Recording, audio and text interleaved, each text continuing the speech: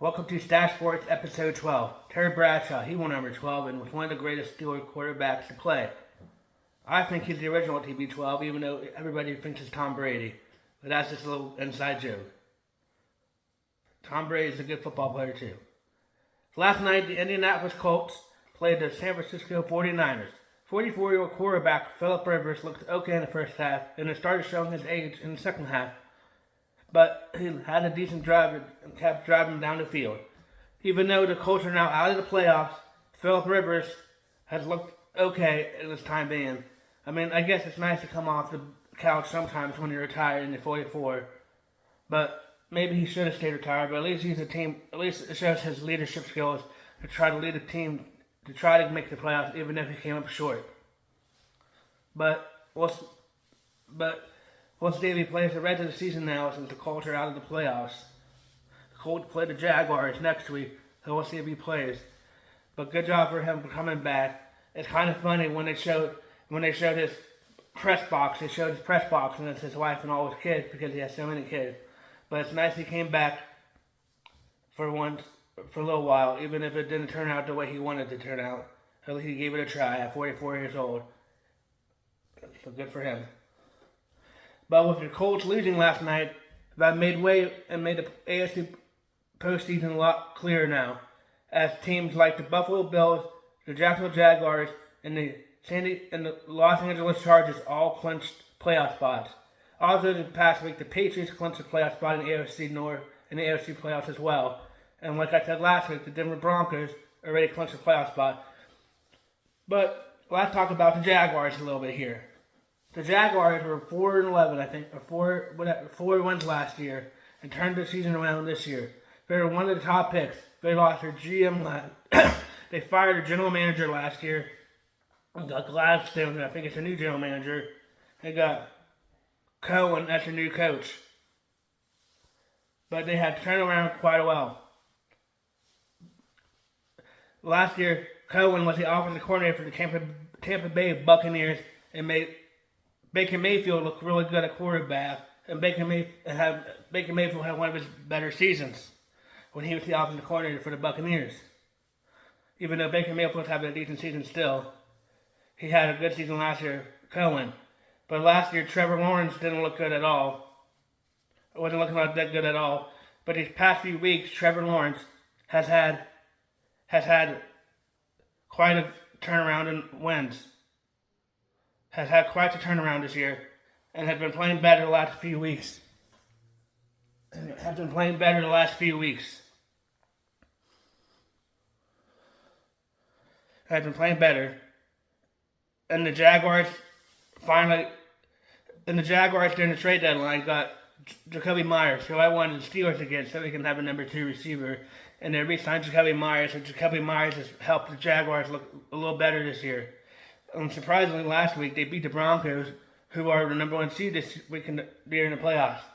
The Jaguars still need to focus on winning the last 2 games so they can win the AFC South over the Houston Texans, who are coming up and who are the 7th seed right now in the playoffs, if it ended today.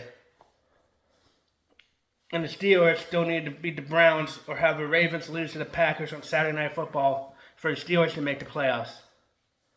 But the Jaguars had quite a turnaround. Let's hope this coach can stay for the Jaguars for quite a while in Cohen and this new GM in Gladstone and start building a franchise in Jacksonville so they can have repeat good years after good years and not have a good year and then go back having a bad year, a couple bad years, and then maybe have a couple good years again. Let's hope the Jaguars can be a team now in the AFC. And the playoffs this year, it's going to be rough.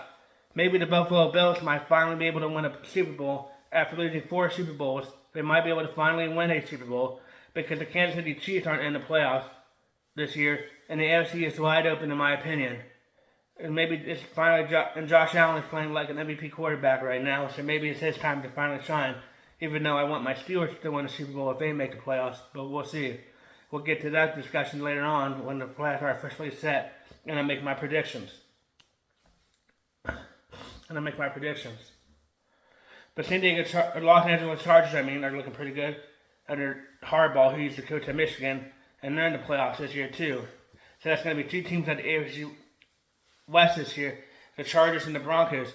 people probably would have guessed the Kansas City Chiefs would have been in the playoffs this year, but the Chiefs have kind of fallen off this year and haven't been looking all that good, and been eliminated from the playoffs last week and lost a quarterback last week as well. So they're trying to book the trip to Cancun a little earlier this year. But we'll see what happens. I also think it might be time for Travis Kelce to hang it up and do his podcast with Jason Kelce and enjoy life with Taylor Swift. And finally, we won't have to see Taylor Swift as much in pro football, which will be glad for a lot of us fans. Also, in the NFC, we have the Seahawks. They clinched the playoff spot this week. The Bears clinched the playoff spot this week. The Eagles won their division, like I said, and are the first time in 21 years that division has been won by the same team back-to-back years. The 49ers made the playoffs, and the Rams made the playoffs. And then the hunt still is the Buccaneers and Panthers in that division. I don't know how that works out. I know if the Panthers win out, they're in. But if they lose one or two, I don't know if that means the Buccaneers are in if they win both of their games or how that works. And then the Detroit Lions, I guess, somehow are still in the playoff hunt, even though they lost to the Steelers last week. But we will see. The Steelers need to focus on beating the Browns this week, but they had some breaking news yesterday out of Pittsburgh. On Sunday, during the Steelers-Detroit game of 4:25, DK Metcalf got in an altercation with a Detroit Lions fan and ended up punching him. DK Metcalf said that he said a bad word towards him in a derogatory term towards his mother. I think it could be a racial slur, but it might have been a bad word and then something bad towards his mom. But the weird thing about this whole situation is there was nobody around. Like, there's no cameras or no other fans said anything. So it's so the player versus the fan right now. Maybe when the week goes along, they might be able to get somebody else that might have a video of what the fan said, or the fan said anything that makes DK Metcalf upset. But he got suspended for 2 games, which is not good going into the playoffs, even though, like I said earlier, we might be in the playoffs if the Packers can beat the Ravens on Saturday Night Football this week. But we'll see. We can't focus on that. We got to focus on beating the Browns, but it's going to be tough. We're going to need people like Adam Thielen, Pat Freiermuth, Kenneth Gainwell, Jaylen Warren, Roman Wilson, maybe if he gets called finally, and goes active, even though he's not hurt and been inactive the last few weeks because he hasn't really won the playbook that well. But we need him. We might need all hands on deck this week because Calvin Austin also went out with an injury last week for the hamstring, so he might be able to play on Sunday as well. So that's great. But next man up. Hopefully the Steelers don't need to win and the Packers take care of business, but we'll see. The Steelers need to beat the Browns no matter who the receivers are.